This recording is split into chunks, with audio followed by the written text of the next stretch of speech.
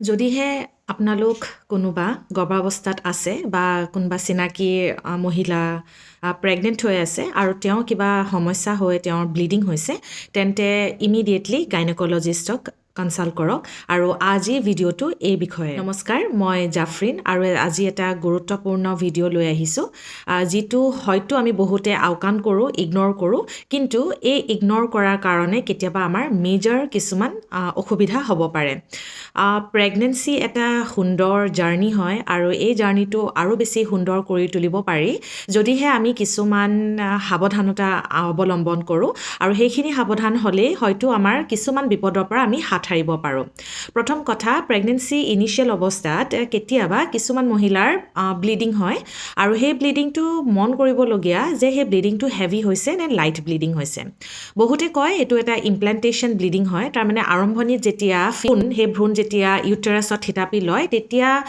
এক প্ৰকাৰৰ ব্লিডিং হয় বুলি কোৱা যায় কিন্তু সেইটো যে সকলোৰে ক্ষেত্ৰত ব্লিডিং হ'ব তেনেকুৱা নহয় আৰু কেতিয়াবা সেই ব্লিডিংটো বিপদজনকো হ'ব পাৰে গতিকে আপোনাৰ গাইনকলজিষ্টে যদি কয় এইটো নৰ্মেল হয় আৰু ইমান চিন্তা কৰিব লগা নাই বুলি তেন্তে আৰু আপোনাৰ যদি ব্লিডিং বেছিকৈ হৈও আছে তেতিয়াও যদি গাইনকলজিষ্টে কৈছে যে এইটো নৰ্মেল হয় দেন প্লিজ আপোনালোকে আপোনালোকৰ গাইনকলজিষ্ট চেঞ্জ কৰিব দ্বিতীয় কথাটো হ'ল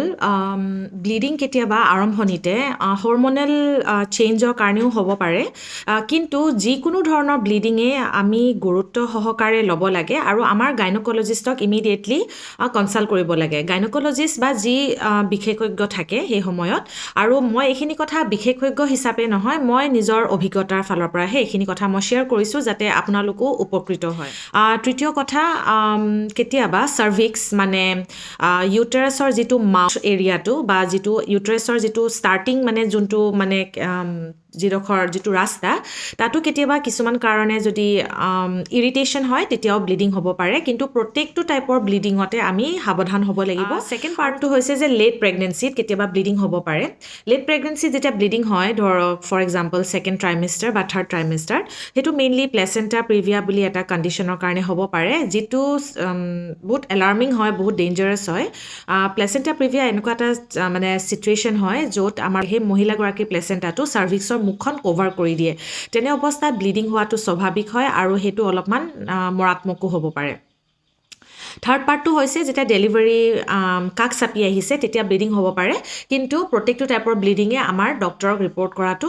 খুবেই প্ৰয়োজন আমি কি কৰিব পাৰোঁ যিটো কাৰণে আমাৰ এনেকুৱা ধৰণৰ প্ৰব্লেম আমি মানে হাত সাৰিব পাৰোঁ প্ৰথম কথাটোৱে হৈছে যে আমাৰ গাইনকলজিষ্টক আমি ৰেগুলাৰলি তেওঁলোকত কনচাল্ট কৰিব লাগিব গাইনকলজিষ্টে হয়তো কিছুমান দৰৱ বা কিছুমান মানে বেড ৰেষ্ট বা ধৰক কমকৈ ফিজিকেল এক্সাৰচাইজ এইবিলাক কমাই দিব পাৰে আৰু যাৰ কাৰণে প্ৰেগনেঞ্চিটো সুকলমে পাৰ কৰিব পৰা যায় আশা কৰোঁ ভিডিঅ'টো আপোনালোকে চাই উপকৃত হ'ল আজিলৈ আহিছোঁ ধন্যবাদ